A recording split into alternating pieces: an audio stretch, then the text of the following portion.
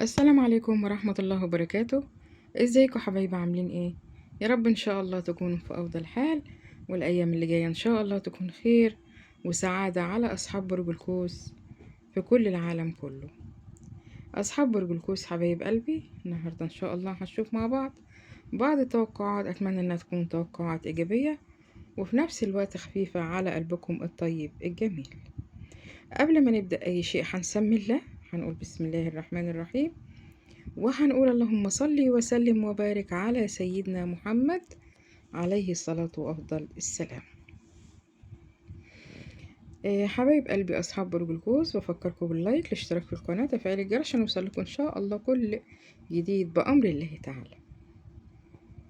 بشكر كل الناس اللي هي بتقولي انتي ما بتنزليش فيديوهات ليه كل يوم، والناس اللي هي بتطلب مني ان انا يعني المدة تبقى مدة القراءة اللي انا بعملها تكون اطول. انا بشكركم جدا جدا، والناس كتيرة جدا جدا بتقولي احنا تعودنا على صوتك ومش عاوزينك تبعدي عنا بالفترة الكبيرة دي. والله انا بحبكم جدا جدا، وبتمنى ان انا فعلا اكون معاكم كل يوم. وربنا ان شاء الله يقدرنا على كده. ومتشكرة جدا جدا جدا ليكم، اغلى ناس اصحاب برج القوس، وبحبكم جدا جدا. الناس اللي بتسألني على كومنت بيتكرر كل مرة، انتي بتعملي قراءات تانية للأبراج التانية يعني، ولا هو برج؟ لا، أنا بعمل لكل الأبراج إن شاء الله. مش بعرضها يعني على القناة، بس اللي بيدخل يعني بيسألني على البرج الخاص بيه بشوف له قراءته. يلا كده نستحضر النية إن شاء الله، وأي طاقة سلبية تبعدها عنك خالص، تستحضر كل طاقة إيجابية بأمر الله.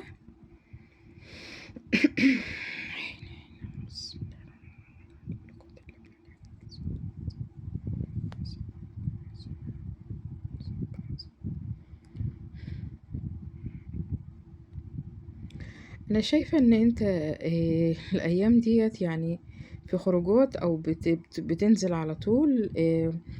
طيب يعني ما شاء الله، يعني أنت الأيام ديت بتعزم وبتتعزم. يعني ربنا طبعا يا رب يكتر من أحبابك إن شاء الله، ويكتر من محبينك يا برج القوس. أنت بتعزم وبتتعزم.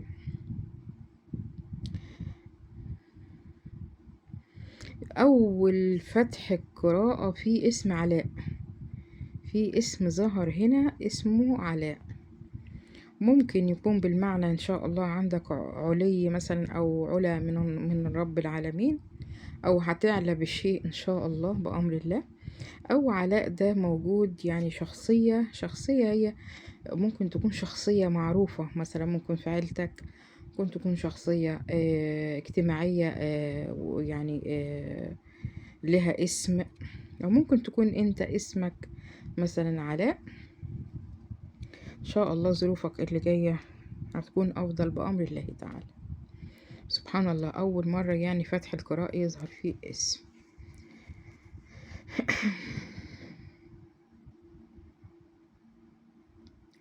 انت في بينك وبين مثلا نسايب ليك، او مثلا اخ ليك ومثلا وزوجته، في مشاكل كتيرة بينكم، وعلى الأغلب إن هما نسايب يعني. نسايبك مثلا في مشاكل بينكم كبيرة جدا جدا، وفي حاجات لا هم قادرين ينسوها ولا أنت قادر تعفو عنها.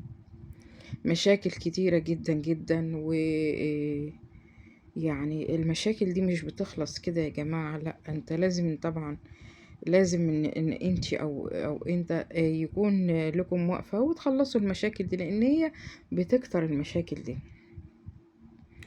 وبعدين المشاكل ديت مبنية اصلا، مبنية على القيل والقال. يعني في ناس كتيرة جدا بتنقل كلام وتسمع انت كلام ويتنقل لك كلام. ما تسمعش لحد، يا ريت يعني. هتلاقي الحياة اهدى بكتير. اللي يقولك ده حصل قوله مش عايز اعرف، طب ده قال قوله مش عاوز اعرف برضه. ليه؟ الامور كده هتهدى ما بينكم، لان الامور وحشة جدا. يعني انا شايفة كده طاقة لهيب نار، فما ينفعش خالص خالص. برج القوس، في ناس من اصحاب برج القوس عندك مراهنة على شيء، في مراهنة على شيء انت مثلا عاوز تكسب منه او كده. في رهان ده بس واو، ده الرهان ده كبير، رهان يعني بحاجة قيمة على شيء ثمين وكمان يعني. طيب الحمد لله، في عندك بشرى هنا ان انت ان شاء الله ان شاء الله هتكسب الرهان ده. زي ما قلت لكم، هو لا اما على مبلغ كبير او شيء حدث كبير برضو يحصل يعني ليك، وتفائلوا خير ان شاء الله. رسالة ليك يا برج القوس، يعني قرب من ربنا كتير، قرب من رب العالمين كتير، وكتر الدعاء للاستجابة ان شاء الله. يعني ربنا ان شاء الله يستجيب لأمنيتك ان شاء الله. هنا كمان في خبر مفاجئ كده، هيجيلك كده فجأة ان شاء الله، يعني خبر حلو جدا هيسعدك ويسعد قلبك ويغير مودك ويغير تفكيرك ويغير نفسيتك اللي هي وحشة ديت. لا، نفسيتك هتبقى حلوة جدا. الخبر ده هيسعدك جدا جدا، هيفرحك كمان. في مع الخبر ده هتحصل على أموال إن شاء الله كتيرة.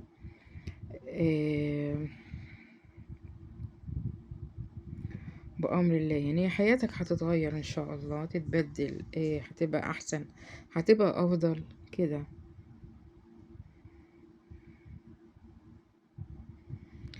هنا كمان انت عاوز توفي يعني بندر، انت عايز توفي بندر كنت انت نسيته او كنت نسيه او كنت متناسيه كده يعني. بس انت حاسس ان ظروفك هتبقى احسن وافضل لو انت وفيت النذر ده. بس فعلا على فكرة في هنا رمز كده.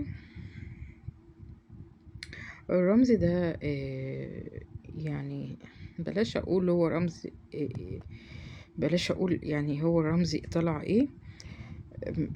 بس الرمز ده بيدل ان فعلا بعد ان شاء الله ما توفي بالنذر ده فعلا جاي لك خير كتير جدا جدا. يعني جاي لك كده تعرفين مثلا لما تبقى انت مثلا ممكن يعني ان شاء الله مثلا تكون ماشي وتفكر في حاجة وجعاك، حاجة خانقاك، وفجأة سبحان الله تلاقي قدامك مثلا محفظة مرمية فيها فلوس كتير، أو تلاقي مثلا حاجة كده ضخمة مثلا يعني تبقى مثلا برضو قيمة. يعني هو سبحان الله هتبقى انت كده بأمر الله. عندك تغيير كمان في الشكل برضو، انت بتبتدي ان انت تاخد بالك شوية من نفسك، يعني تهتم بنفسك شوية بعد إهمال كبير جدا جدا. سواء انت كنت امرأة أو رجل، يعني انت كنت هامل في نفسك جدا جدا الفترة اللي فاتت. لا، ده بقالك فترة كبيرة على فكرة، بس انت دلوقتي ابتديت ان انت لا، قلت انا هفوق بقى لنفسي شوية، وهغير من نفسي، هعتني بنفسي، هروح للدكتور، هعمل وصفات، هعمل مثلا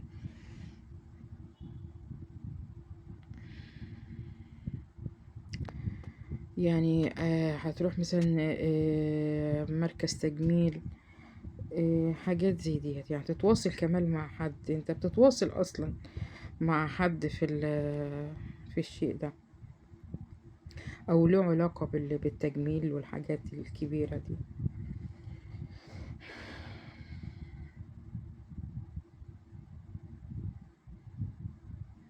في رجوع من سفر لو ليك او لحد انت عارفه، رجوع من سفر واستقرار.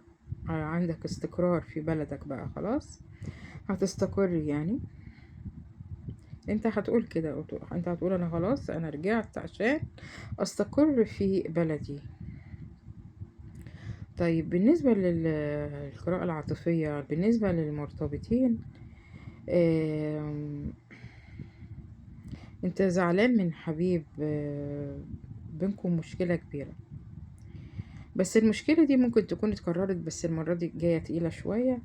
طيب الحبيب ده بقى، بص بقى بين قوسين كده نرجسي، وانت كنت بتكذب نفسك على فكرة، كنت بتكذب نفسك كتيرة جدا جدا. حاولت تغير منه، لكن طبعا هو عنده اكتفاء. هو الشخص ده او الشخصية دي لو رجل او امرأة، عنده اكتفاء او عندها اكتفاء ذاتي. يعني لو متعودين مثلا تتكلموا مثلا كل يوم دقيقة دقيقة، خلي بالكم معايا، وبعدين جاء مثلا في نص الأسبوع أو بعد فترة من كلامكم كل يوم دقيقة مثلا، الدقيقة دي بقت ربع ساعة أو 5 دقايق. بعد اتصاله كل يوم بيبتدي يقطع الاتصال كام يوم. انت تبقى في حيرة من أمرك، طب ايه اللي حصل فيه، ايه ما هتتجنن. بعد كده بكل برود هو بيقولك لا مفيش، انا كنت بشوفك انت هتتصل انت. بيبقى عنده اكتفاء بالشيء.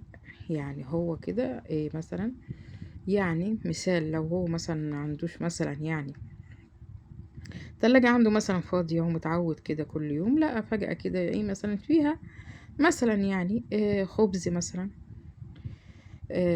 فخلاص بيقفل التلاجة ويسكت ويقعد. هو كده نفس الحكاية، هو بيجيله اكتفاء. فده تخاف منه قوي، تخاف من الشخصية النرجسية دي قوي.